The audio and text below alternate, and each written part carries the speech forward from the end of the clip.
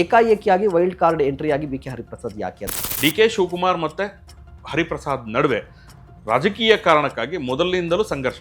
ಆ ಪರಿಣಾಮವಾಗಿ ಒಂದು ವೇಳೆ ಇವರನ್ನ ಮಂತ್ರಿ ಮಾಡಿದ್ರೆ ಅನಗತ್ಯ ಸಂಘರ್ಷ ಸೃಷ್ಟಿ ಆಗ್ಬೋದು. ಅದನ್ನು ಬಿಟ್ಟು ಇವರಿಗೆ ಪಕ್ಷದ ನಾಯಕತ್ವ ಕೊಡೋಣ ಅನ್ನುವ ನಿರ್ಧಾರಕ್ಕೆ ಬಂದು ಹೈಕಮಾಂಡ್ ಅವರಿಗೆ ಜವಾಬ್ದಾರಿಯನ್ನು ಕೊಟ್ಟಿದೆ. ಸತೀಶ್ ಜಾರಕಿಹೊಳಿ ಅವರು ಕೆಪಿಸಿಸಿ ಅಧ್ಯಕ್ಷರಾಗಬೇಕು ಅಂತ ಇದ್ದಿದ್ರೆ ಸಿದ್ದರಾಮಯ್ಯವರ ಪ್ರಯತ್ನ ಕೂಡ ಮುಖ್ಯ ಆಗ್ತಿತ್ತು. ಸಿದ್ದರಾಮಯ್ಯವರೇ ತಪ್ಪಿಸಿದ್ರು ಅನ್ನುವಂಥ ಆರೋಪ ಅಥವಾ ಮಾತಿದೆಯಲ್ವಾ, ಇದು ಎಷ್ಟು ಸತ್ಯ? ಪಕ್ಷ ಹೇಳ್ತು ಒಬ್ಬರಿಗೆ ಒಂದೇ ಹುದ್ದೆ, ಇದು ನಮ್ಮ ತತ್ವ. ಹಾಗಾಗಿ ನಿಮಗೆ ಪಕ್ಷದ ಅಧ್ಯಕ್ಷ ಸ್ಥಾನ ಬೇಕಾ ಅಥವಾ ಮಂತ್ರಿ ಸ್ಥಾನ ಬೇಕು ಅಂತ ಆಯ್ಕೆ ಕೇಳಿದಂಥ ಸಮಯದಲ್ಲಿ ಎಲ್ಲರೂ ಕೂಡ ಇಲ್ಲ ನಮಗೆ 2 ಹುದ್ದೆ ಬೇಕು ಅನ್ನೋವಂಥ ಪಟ್ಟಣ ಹಿಡಿತು. ಆದರೆ ಹೈಕಮಾಂಡ್ ಆಗಲ್ಲ ಅಂತೇಳಿ ಒನ್ ಮ್ಯಾನ್ ಒನ್ ಪೋಸ್ಟ್ ಅನ್ನುವಂಥ ತತ್ವಕ್ಕೆ ಬಂತು. ಹಾಗಾಗಿ ಅವರೆಲ್ಲರೂ ಸೈಡ್ ವಿಂಗಿಗೆ ಹೋದ್ರು.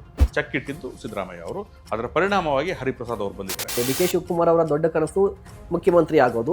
ಅವರು ಮುಖ್ಯಮಂತ್ರಿ ಮಾತ್ರ ಆಗಿದ್ದಾರೆ, ಪವರ್ ಇನ್ನೂ ಕೂಡ ಕೈಗೆ ಬಂದಿಲ್ಲ ಅನ್ನೋ ತರ ಕಾಣಿಸ್ತಾ ಇದೆ. ಡಿ ಕೆ ಶಿವಕುಮಾರ್ಗೆ ಅವರೇನು ತುಂಬಾ ಅಗ್ರೆಸಿವ್ ನಾಯಕ, ಬುಲ್ಡೋಸ್ ಮಾಡ್ಕೊಂಡು ಹೋಗ್ತಾರೆ, ಸರ್ವಾಧಿಕ ಈ ರೀತಿಯಾದಂಥ ಎಲ್ಲ ಆರೋಪಗಳಿದೆಯಲ್ಲ ಅವ್ಯಾವೂ ಇಲ್ಲ. ನಾವು ಹೇಳಿದಂಗೆ ನೀವು ಕೇಳಬೇಕು ಅನ್ನೋ ರೀತಿಯಲ್ಲಿ ಅವರನ್ನ ಮೂಗುದಾರ ಹಾಕಿದ್ದಾರೆ ಅನ್ನೋ ರೀತಿಯಲ್ಲಿ ಹೇಳ್ಬೋದು. ಮುಂದಿನ 2 ವರ್ಷ ಸಿದ್ದರಾಮಯ್ಯನವರ ಫ್ಯಾಕ್ಟರ್ ಏನು, ಪಾತ್ರ ಏನು ಅಂತ ಹೇಳಿ ವಿಧಾನಸಭೆಯಲ್ಲಿ 3ನೇ ಸಾಲಿನಲ್ಲಿ ಅಂದರೆ ಕೊನೆಗಿಂತ ಮುಂದಿನ ಸಾಲಿನಲ್ಲಿ ಮಾಜಿ ಮುಖ್ಯಮಂತ್ರಿಗಳಿಗೆ ಅವಕಾಶ ಕೊಡ್ತಾರೆ ಆಡಳಿತ ಪಕ್ಷದಲ್ಲಿ. ಅಲ್ಲಿ ಕೂತ್ಕೊಳ್ಳುವಂಥ ಸಿದ್ದರಾಮಯ್ಯ ಇದಾರಲ್ಲ ಅವರು ಹೇಗಿರ್ತಾರೆ ಅನ್ನೋದು ತುಂಬಾ ಎಚ್ಚರಿಕೆ ಇರುವಂಥ. ನಮಸ್ಕಾರ, ನೀವು ನೋಡ್ತಾ ಇದ್ದೀರಾ ಸುಮನ್ ಟಿವಿ ಕನ್ನಡ. ನಾನು ಮಹೇಶ್ ದಂಡು. ಕೆಪಿಸಿಸಿಗೆ ಈಗ ನೂತನ ಸಾರಥಿ ಸಿಕ್ಕಿದ್ದಾರೆ. ಎಲ್ಲರೂ ಕೂಡ ಸತೀಶ್ ಜಾರಕಿಹೊಳಿನೇ ಕೆಪಿಸಿಸಿ ಸಾರಥಿಯನ್ನು ವಹಿಸ್ಕೊಳ್ತಾರೆ ಅಂತ ಹೇಳ್ತಾ ಇದ್ರು. ಬಟ್ ಬಿ ಕೆ ಹರಿಪ್ರಸಾದ್ ಅವರು ಈಗ ಕೆಪಿಸಿಸಿಯ ಬಾಸ್ ಆಗಿದ್ದಾರೆ. ಹಾಗಾದ್ರೆ ಏನು ಚೇಂಜ್ ಆಯಿತು? ಯಾಕೆ ಸತೀಶ್ ಜಾರಕಿಹೊಳಿ ಅವರಿಗೆ ಕೆಪಿಸಿಸಿ ಅಧ್ಯಕ್ಷ ಪಟ್ಟ ಸಿಗಲಿಲ್ಲ? ಬಿ ಕೆ ಹರಿಪ್ರಸಾದ್ ಅವರಿಗೆ ಯಾಕೆ? ಮಾತನಾಡಲಿಕ್ಕೆ ಹಿರಿಯ ಪತ್ರಕರ್ತರಾಗಿರುವಂಥ ನಟರಾಜ್ ಅವರು ನಮ್ಮ ಜೊತೆಲಿದ್ದಾರೆ. ಸರ್ ನಮಸ್ತೆ, ಕಾರ್ಯಕ್ರಮಕ್ಕೆ ಸ್ವಾಗತ. Thank you Mahesh. ಸರ್, ಎಲ್ಲರ ನಿರೀಕ್ಷೆ ಇದ್ದದ್ದು ಸತೀಶ್ ಜಾರಕಿಹೊಳಿ ಕೆಪಿಸಿಸಿ ಅಧ್ಯಕ್ಷರು. ಕಳೆದ 3 ವರ್ಷದಲ್ಲಿ ಎಲ್ಲರೂ ಕೂಡ ಅದನ್ನೇ ಹೇಳ್ತಾ ಇದ್ರು. ಆ ರೀತಿಯ ಪ್ರಯತ್ನವನ್ನ ಸತೀಶ್ ಜಾರಕಿಹೊಳಿ ಕೂಡ ಮಾಡಿದ್ರು. ಏಕಾಏಕಿಯಾಗಿ ವೈಲ್ಡ್ ಕಾರ್ಡ್ ಎಂಟ್ರಿಯಾಗಿ ಬಿ ಕೆ ಹರಿಪ್ರಸಾದ್ ಯಾಕೆ ಅಂತ.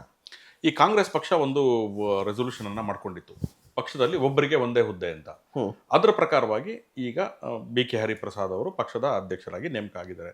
ಈ ಆ ನಿಯಮವನ್ನು ಕಟ್ಟುನಿಟ್ಟಾಗಿ ಪಾಲನೆ ಮಾಡ್ಕೊಂಡು ಬಂದಿತ್ತು. ಆದರೆ ಕಳೆದ ವಿಧಾನಸಭೆ ಚುನಾವಣೆಯ ಸಮಯದಲ್ಲಿ ಮಾತ್ರ ಒಂದಷ್ಟು ಬದಲಾವಣೆ ಮಾಡ್ತು. ಏನು ಅಂದರೆ, ಈಗ ಕೆಪಿಸಿಸಿ ಅಧ್ಯಕ್ಷರ ಬದಲಾವಣೆ ಮಾಡಿದ್ರೆ ಮುಂದೆ ಬರುವಂಥ ಲೋಕಸಭಾ ಚುನಾವಣೆಯಲ್ಲಿ ತೊಂದರೆ ಆಗುತ್ತೆ. ಅಂದರೆ ವಿಧಾನಸಭೆ ಚುನಾವಣೆ ನಡೆದು ಲೋಕಸಭಾ ಚುನಾವಣೆಗೆ ಇರುವಂಥ ಅಂತರ ತುಂಬ ಕಡಿಮೆ ಇತ್ತು, ಕೇವಲ 9 ರಿಂದ 10 ತಿಂಗಳು. ಹಾಗಾಗಿ ಅಂದು ಕೆಪಿಸಿಸಿ ಅಧ್ಯಕ್ಷರಾಗಿದ್ದಂಥ ಡಿ ಕೆ ಶಿವಕುಮಾರ್ ಅವರು ನನಗೆ ಲೋಕಸಭಾ ಚುನಾವಣೆವರೆಗೂ ಮುಂದುವರಿಸಲಿಕ್ಕೆ ಅವಕಾಶ ಕೊಡಿ, ನಾನು ಅತ್ಯಂತ ಹೆಚ್ಚು ಸ್ಥಾನಗಳನ್ನ ಆಯ್ಕೆ ಮಾಡ್ಕೊಡ್ತೀನಿ ಅನ್ನೋ ರೀತಿಯಲ್ಲಿ ಹೇಳಿ ಹೈಕಮಾಂಡನ್ನು ಒಪ್ಪಿಸಿದ್ರು. ಹಾಗಾಗಿ ಅವರು DCM ಪ್ಲಸ್ ಕೆಪಿಸಿಸಿ ಅಧ್ಯಕ್ಷರಾಗಿದ್ದರು. ಲೋಕಸಭಾ ಚುನಾವಣೆ ಮುಗಿತಿದ್ದಂಗೆ ಮತ್ತೆ ಶುರುವಾಯಿತು ಕೆಪಿಸಿಸಿ ಅಧ್ಯಕ್ಷರ ಬದಲಾವಣೆ ಮಾಡಬೇಕು ಅಂತ.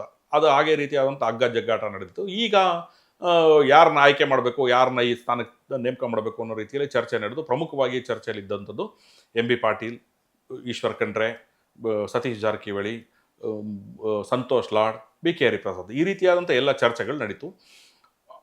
ಅದರಲ್ಲಿ ಫ್ರಂಟ್ ರನ್ನರ್ ಅಂತ ಬಂದದ್ದು ಈಶ್ವರ್ ಖಂಡ್ರೆ, ಶರಣ್ ಪ್ರಕಾಶ್ ಪಾಟೀಲ್ ಜೊತೆಗೆ ಸತೀಶ್ ಜಾರಕಿಹೊಳಿ ಅವರು. ಆಗ ಪಕ್ಷ ಹೇಳ್ತು ಒಬ್ಬರಿಗೆ ಒಂದೇ ಹುದ್ದೆ, ಇದು ನಮ್ಮ ತತ್ವ. ಹಾಗಾಗಿ ನಿಮಗೆ ಪಕ್ಷದ ಅಧ್ಯಕ್ಷ ಸ್ಥಾನ ಬೇಕಾ ಅಥವಾ ಮಂತ್ರಿ ಸ್ಥಾನ ಬೇಕು ಅಂತ ಆಯ್ಕೆ ಕೇಳಿದಂಥ ಸಮಯದಲ್ಲಿ ಎಲ್ಲರೂ ಕೂಡ ಇಲ್ಲ ನಮಗೆ 2 ಹುದ್ದೆ ಬೇಕು ಅನ್ನೋವಂಥ ಪಟ್ಟಣ ಹಿಡಿತು. ಆದರೆ ಹೈಕಮಾಂಡ್ ಆಗಲ್ಲ ಅಂತೇಳಿ ಒನ್ ಮ್ಯಾನ್ ಒನ್ ಪೋಸ್ಟ್ ಅನ್ನುವಂಥ ತತ್ವಕ್ಕೆ ಬಂತು. ಹಾಗಾಗಿ ಅವರೆಲ್ಲರೂ ಸೈಡ್ ವಿಂಗಿಗೆ ಹೋದ್ರು.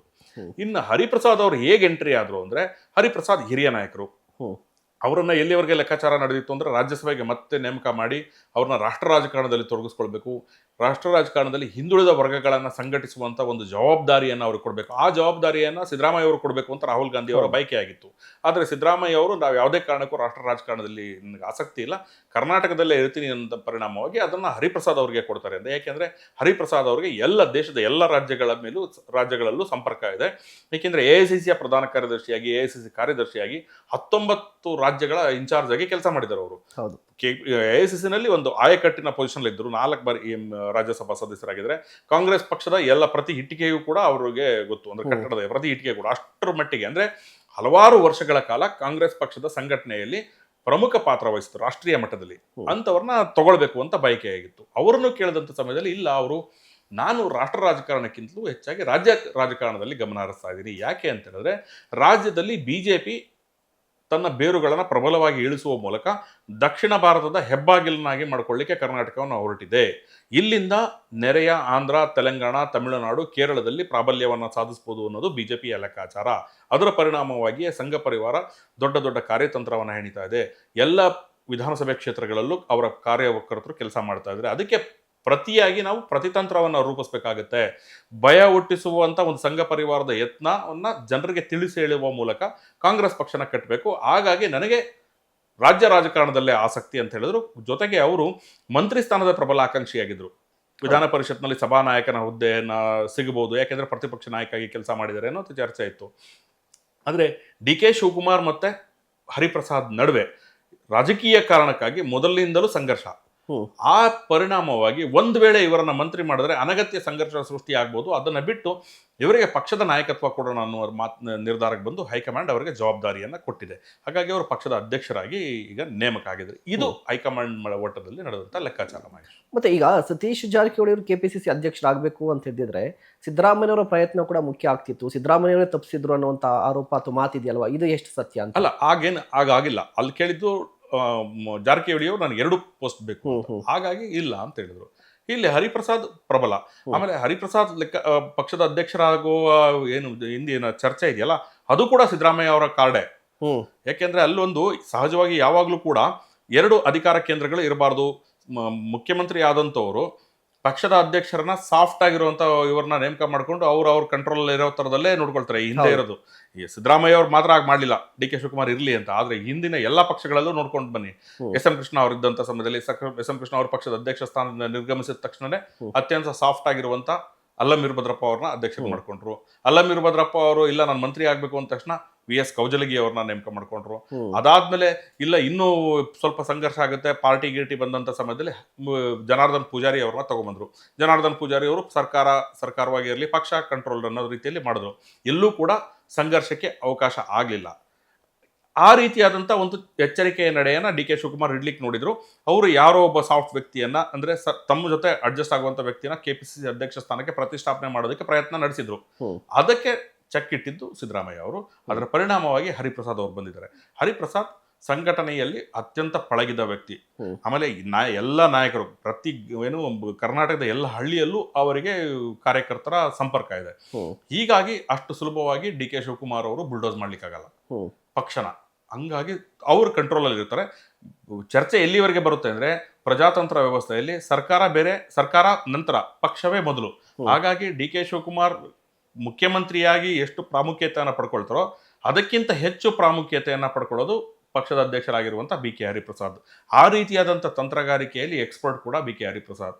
ಹಾಗಾಗಿ ಇನ್ನು ಮುಂದೆ ನಡೆಯುವಂಥ ಸಂಘಟನೆಯ ಕಾರ್ಯಗಳಾಗಲಿ, ಸಭೆ ಸಮಾರಂಭಗಳಾಗಲಿ ಪಕ್ಷದ್ದು, ಅದು ಬಿ ಕೆ ಹರಿಪ್ರಸಾದ್ ಹೇಗೆ ಹೇಳುತ್ತೋ ಹಾಗೇ ನಡೆಯುತ್ತೆ. ಅದನ್ನ ಶಿರಸಾವಹಿಸಿ ಪಾಲಿಸಬೇಕಾಗಿರುವಂತ ಒಂದು ಸ್ಥಾನದಲ್ಲಿ ಡಿ ಕೆ ಶಿವಕುಮಾರ್ ಇರುವಂತೆ ನೋಡ್ಕೊಳ್ತಾರೆ. ಇರಲೇಬೇಕು ಅನ್ನೋ ರೀತಿಯಲ್ಲಿ ಅವರು ಡಿಕ್ಟೇಟ್ ಮಾಡ್ತಾರೆ. ಮತ್ತೆ ಈಗ ಮೂಗು ದರ ಹಾಕ್ಬಿಟ್ರ ಡಿ ಕೆ ಶಿವಕುಮಾರ್ಗೆ ಅಂತ ಹೇಳಿ, ಯಾಕೆ ಅಂತ ಹೇಳಿದ್ರೆ ಡಿ ಕೆ ಶಿವಕುಮಾರ್ ಅವರು ಪ್ರತಿ ಬಾರಿ ಏನ್ ಕ್ಲೇಮ್ ಮಾಡ್ತಾ ಇದ್ರು, ನನ್ನ ಅಧ್ಯಕ್ಷತೆಯಲ್ಲಿ ಪಕ್ಷ ಅಧಿಕಾರಕ್ಕೆ ಬಂದಿದೆ, ಕೂಲಿ ಕೊಡಬೇಕು ಅಂತ ಹೇಳಿದ್ರು. ಇಫ್ ಇನ್ ಕೇಸ್ ಏನಾದ್ರು 28 ಡಿ ಕೆ ಶಿವಕುಮಾರ್ ಈಗಾಗಲೇ ಹೇಳ್ತಾ ಇದ್ದಾರೆ 28ಕ್ಕೆ ನಮ್ದೇ ಸರ್ಕಾರ ಬರುತ್ತೆ ಅಂತ ಹೇಳಿ, ಆ ಸಂದರ್ಭದಲ್ಲಿ ಬಿ ಕೆ ಹರಿಪ್ರಸಾದ್ ಅವರ ನೇತೃತ್ವದಲ್ಲೇ ಪಕ್ಷ ಹೋಗೋದ್ರಿಂದ ಆಗ್ಲೂ ಕೂಡ ಈ ಸಿಎಂ ಯಾರಾಗ್ಬೇಕು ಅನ್ನೋ ಚರ್ಚೆ ಬಂದಾಗ ಕ್ಲೈಮ್ ಮಾಡುವಂತ ಸಾಧ್ಯತೆಗಳು ಹೆಚ್ಚಾಗಿದೆಯಲ್ಲ? ಖಂಡಿತವಾಗಿ ಅದು ನಿರೀಕ್ಷಿತ ಕೂಡ. ಅಂದ್ರೆ ಮತ್ತೇನಾದ್ರೂ ಈಗ ಇನ್ನೂ ಅದು ಪ್ರಿಮೆಚೂರ್ ಆದ್ರೂ ಸರ್ಕಾರ ಅಧಿಕಾರಕ್ಕೆ ಬಂದ್ರೆ ಅಷ್ಟು ಸುಲಭವಾಗಿ ಡಿ ಕೆ ಶಿವಕುಮಾರ್ ಅವರು ಅಧಿಕಾರ ಮತ್ತೆ ಮುಖ್ಯಮಂತ್ರಿಯಾಗಿ ಕಂಟಿನ್ಯೂ ಆಗ್ಲಿಕ್ಕಿಲ್ಲ. ಯಾಕೆ ಅಂತೇಳಿ ಈ ರೀತಿಯಾದ ತಂತ್ರ ಇರುತ್ತೆ. ಆದ್ರೆ ಡಿ ಕೆ ಶಿವಕುಮಾರ್ ಮುಖ್ಯಮಂತ್ರಿಯಾಗಿ ಪಕ್ಷವನ್ನ ಮುನ್ನಡೆಸಿದ್ರೆ ಸಹಜವಾಗಿ ಅವ್ರು ಮುಖ್ಯಮಂತ್ರಿ ಆಗಿದ್ರೆ ಅವ್ರಿಗೆ ಕೊಟ್ಟಿರುವಂತ ಮ್ಯಾಂಡೇಟ್ ಅನ್ನೋ ರೀತಿ ವ್ಯಾಖ್ಯಾನನೂ ಬರುತ್ತೆ. ವ್ಯಾಖ್ಯಾನಗಳಿಗಿರುತ್ತೆ. ಆದ್ರೆ ಡಿ ಕೆ ಶಿವಕುಮಾರ್ಗೆ ಅಷ್ಟು ಈಸಿ ಅಂತೂ ಅಲ್ಲ. ಈ ಪಕ್ಷ ಸಂಘಟನೆ ವಿಷಯಕ್ಕೆ ಬಂದಂತ ಸಮಯದಲ್ಲಿ ಬಿ ಕೆ ಹರಿಪ್ರಸಾದ್ ದೈತ್ಯ. ಆ ವಿಷಯದಲ್ಲಿ ಸೇವಾದಳದ ಅಧ್ಯಕ್ಷರಾಗಿ ಒಂದು ನಿಷ್ಕ್ರಿಯವಾಗಿದ್ದಂಥ ಸೇವಾದಳವನ್ನ ಇಡೀ ದೇಶ ಗಮನಿಸುವ ರೀತಿಯಲ್ಲಿ ಮಾಡಿದ್ರು. ಮಹೇಶ್, ನಾನು ಈ ಬಂದಂತ ಸಮಯದಲ್ಲಿ, ನಾನು ಇನ್ನೂ ಆರಂಭಿಕ ಹಂತದಲ್ಲಿ ನಡೆದಂತ ಕರ್ನಾಟಕದಲ್ಲಿ ಒಂದು AICCಯ ಪ್ಲೀನರಿ ನಡೆಯುತ್ತೆ. ಆಗ D K Shivakumar S M Krishna ಅವರ ಮುಖ್ಯಮಂತ್ರಿ ಎಸ್ ಎಂ ಕೃಷ್ಣ ಆಗಿದ್ದಂತ ಅವರ ಲೆಫ್ಟಿನೆಂಟ್ ಬೆಂಗಳೂರಿನ ಅರಮನೆ ಮೈದಾನದಲ್ಲಿ ಒಂದು ಸಮಾವೇಶ ನಡೆಯುತ್ತೆ. ದೇಶದ ಎಲ್ಲ ರಾಜಕೀಯ ನಾಯಕರು ಅಂದ್ರೆ ಕಾಂಗ್ರೆಸ್ನ ನಾಯಕರುಗಳು ಎಲ್ಲರೂ ಬರ್ತಾರೆ. ಇಡೀ ಸಮಾವೇಶವನ್ನ ಸಂಘಟಿಸಿದ್ದು ಡಿ ಕೆ ಶಿವಕುಮಾರ್ ಅವರು. ಸ್ಟೇಜ್ ಹಾಕುವುದರಿಂದ ಹಿಡಿದು ಅಲ್ಲೇ ಉಳ್ಕೊಂಡಿರ್ತಾರೆ ಕಾಂಗ್ರೆಸ್ ನಾಯಕರು, ಅಲ್ಲೇ ಉಳ್ಕೊಳ್ಳೋದಕ್ಕೆ. ಅಂದ್ರೆ ಬೇರೆ ಯಾವ್ದು ಹೋಟೆಲ್ ಗಿಟೆಲ್ ಹೋಗ್ಲಿಲ್ಲ. ಅಲ್ಲಿ ಆ ರೀತಿಯಾದಂಥ ಒಂದು 5 ಸ್ಟಾರ್ ವ್ಯವಸ್ಥೆಯನ್ನ ಮಾಡಿ, ಮತ್ತೆ ಯಾರು ಎಲ್ಲಿ ಕೂರ್ಬೇಕು, ಈಗ ಅತ್ಯಂತ ಶಿಸ್ತುಬದ್ಧವಾಗಿ ಅದನ್ನೆಲ್ಲ ವ್ಯವಸ್ಥೆ ಮಾಡಿದ್ರು. ಅದನ್ನ ಮಾಡಿ ಇನ್ನೇನು ಅವ್ರು ಬರಬೇಕು ಅಂತಂದ್ರೆ ಸೇವಾದಳದ ಅಧ್ಯಕ್ಷರಾಗಿ, ಈ ಕಾಂಗ್ರೆಸ್ ಪಕ್ಷದ ಕಾರ್ಯಕ್ರಮ ಇದು, ಕಾಂಗ್ರೆಸ್ಸಿನ ಸಂಘಟನಾತ್ಮಕ ಕಾರ್ಯಕ್ರಮ, ಇದರಲ್ಲಿ ಸೇವಾದಳದ ಅತ್ಯಂತ ಪ್ರಮುಖ ಪಾತ್ರ ಇರುತ್ತೆ. ಎಲ್ಲ ನಾಯಕರಿಗೆ ಭದ್ರತೆಯಿಂದ ಹಿಡಿದು ಎಲ್ಲವೂ ಸೇವಾದಳದ ಜವಾಬ್ದಾರಿ ಅಂತೇಳಿ ಇಡೀ ಎಂಟೈರ್ ಸ್ಟೇಜ್ನ ಕ್ಯಾಪ್ಚರ್ ಮಾಡಿದ್ರು ಬಿ ಕೆ ಹರಿಪ್ರಸಾದ್ ಅವರು. ಡಿ ಕೆ ಶಿವಕುಮಾರ್ ಆ ಇಡೀ ಏನು ಪೆಂಡಾಲ್ ಹಾಕುವಂತ ಸಮಯದಿಂದ ಅಲ್ಲಿ ಇದ್ದಂತವ್ರನ್ನ ಬರೋಂತೇಳಿ ಆಚೆ ಹೋಗಿ ಅಂತ ಕಳಿಸಿದ್ರು. ಬ್ಯಾಡ್ಜ್ ಇಲ್ಲ ಅಂತ ಒಳ್ಳೆ ಸೀದಾ ಡಿ ಕೆ ಶಿವಕುಮಾರ್ ಮಂತ್ರಿ ಜೋರಾಗಿ ಬಂದ್ರು, ಬ್ಯಾಡ್ಜ್ ಹಾಕ್ ಬಂದಿಲ್ಲ ಅಂತೇಳಿ ಒಬ್ಬ ಸೇವಾದಳದ ಕಾರ್ಯಕರ್ತ ನೀವು ಬ್ಯಾಡ್ಜ್ ಹಾಕಿಲ್ಲ, ನೀವಿಲ್ಲ, ನಿಮ್ಮನ್ನ ಒಳಗಡೆ ಬಿಡಲ್ಲ ಅಂತ ಹೇಳಿದ್ರು. ಅಲ್ಲಿ ಕೂಗಾಡ್ಲಿಕ್ಕೆ ಶುರು ಮಾಡಿದ್ರು, ನಥಿಂಗ್ ಡೂಯಿಂಗ್. ಸೇವಾದ ಆಗ ಬಂದ ಹರಿಪ್ರಸಾದ್ ಇಲ್ಲ, ಯಾರೂ ಇಲ್ಲ, ಪಕ್ಷದ ಶಿಸ್ತು ಮುಖ್ಯ, ನಾನು ಎಲ್ಲರಿಗೂ ಹೇಳಿದ್ದೀನಿ ಬ್ಯಾಡ್ಜ್ ಹಾಕೊಂಡು ಲೈನಲ್ಲಿ ಬನ್ನಿ. ಅಂದ್ರೆ ಅಷ್ಟರ ಮಟ್ಟಿಗೆ ಅಂದ್ರೆ ಪಕ್ಷನ ಇಂಪಾರ್ಟೆಂಟ್ ಅನ್ನೋ ರೀತಿಯಲ್ಲಿ ತಗೊಂಡು ಅವತ್ತು ಅವ್ರು ಮಾಡಿದ ಇಡೀ ಕಾರ್ಯಕ್ರಮನ ಇವ್ರು ಕ್ಯಾಪ್ಚರ್ ಮಾಡಿ ಇವ್ರು ಹೇಗೆ ನಡಿಬೇಕು ಪ್ಲೀನರಿ ಅನ್ನೋದನ್ನ ಡಿಕ್ಟೇಟ್ ಮಾಡಿಕೊಂಡು ಅದೇ ರೀತಿಯಾದಂಥ ಪ್ಲೀನರಿ ನಡೀತು, ಯಶಸ್ವಿಯಾಗಿ ನಡೀತು. ಇವತ್ತಿಗೂ ಕೂಡ AICC ನಲ್ಲಿ ಅದೊಂದು ಹಿಸ್ಟಾರಿಕಲ್ ಇವೆಂಟ್ ಆಗಿಯೇ ದಾಖಲಾಗಿದೆ. ಇದು AICCಯ ಬೆಂಗಳೂರಿನಲ್ಲಿ ನಡೆದಂಥ AICC plenary one of the historical plenary ಅನ್ನೋ ರೀತಿಯಲ್ಲಿ ಒಂದು ನೀವು ಅಲ್ಲಿ ಇನ್ನೂ ಒಂದು ವಿಶೇಷ ಅಂದ್ರೆ ಸಂಗೀತ ಕಟ್ಟಿ ಅವರು ಆಡಿದಂಥ ವಂದೇ ಮಾತರಂ ಇವತ್ತು ಕೂಡ ಅದು ದೊಡ್ಡ ಮಟ್ಟದಲ್ಲಿ ಚರ್ಚೆ ಆಗುತ್ತೆ. ಅವತ್ತು ಅಲ್ಲಿ ಅದನ್ನ ಪ್ರಯೋಗ ಮಾಡಿರ್ತಾರೆ, ಅದು ಈಗಲೂ ಚರ್ಚೆಲಿದೆ.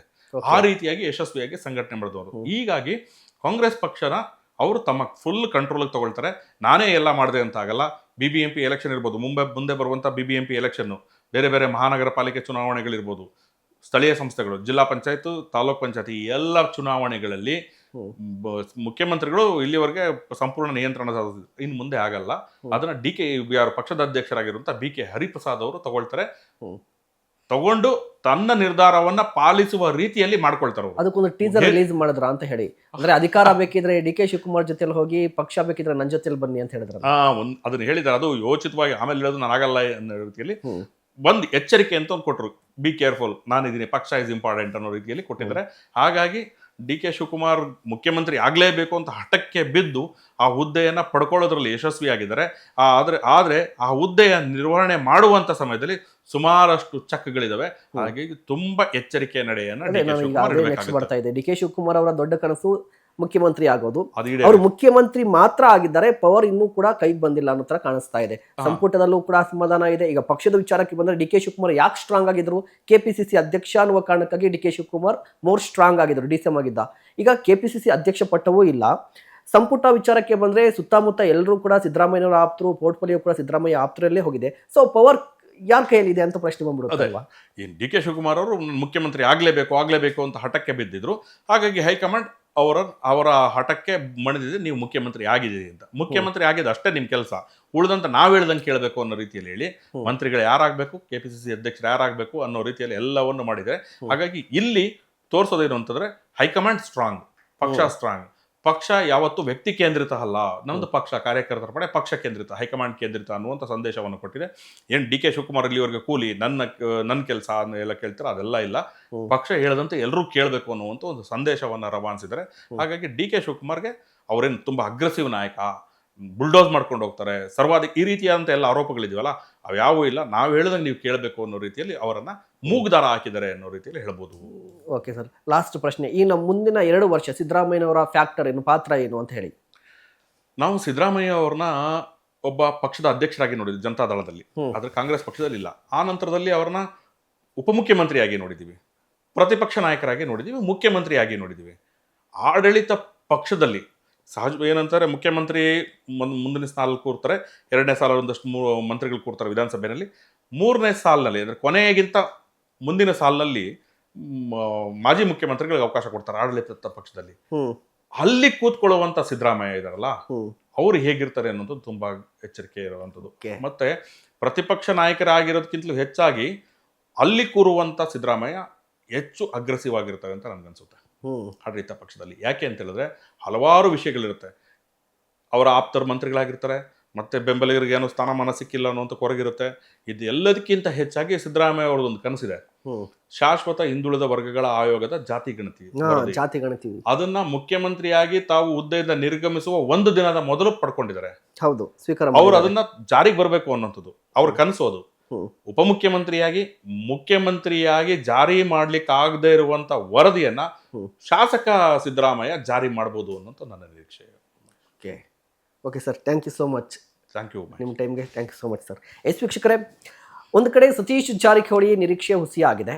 KPCCಗೆ ನೂತನ ಬಾಸ್ ಆಗಿ BK ಹರಿಪ್ರಸಾದ್ ಅವರು ಬಂದಿದ್ದಾರೆ. 28ಕ್ಕೆ ಏನಾಗುತ್ತೆ ದಯವಿಟ್ಟು ಕಮೆಂಟ್ ಮಾಡಿ, ನಿಮ್ಮ ಅಭಿಪ್ರಾಯವನ್ನು ತಿಳಿಸಿ. ಇಂತಹ ಮತ್ತಷ್ಟು ಕಂಟೆಂಟ್ಗಾಗಿ ನೋಡ್ತಾ ಇರಿ ಸುಮನ್ TV ಕನ್ನಡ. ನಮಸ್ಕಾರ.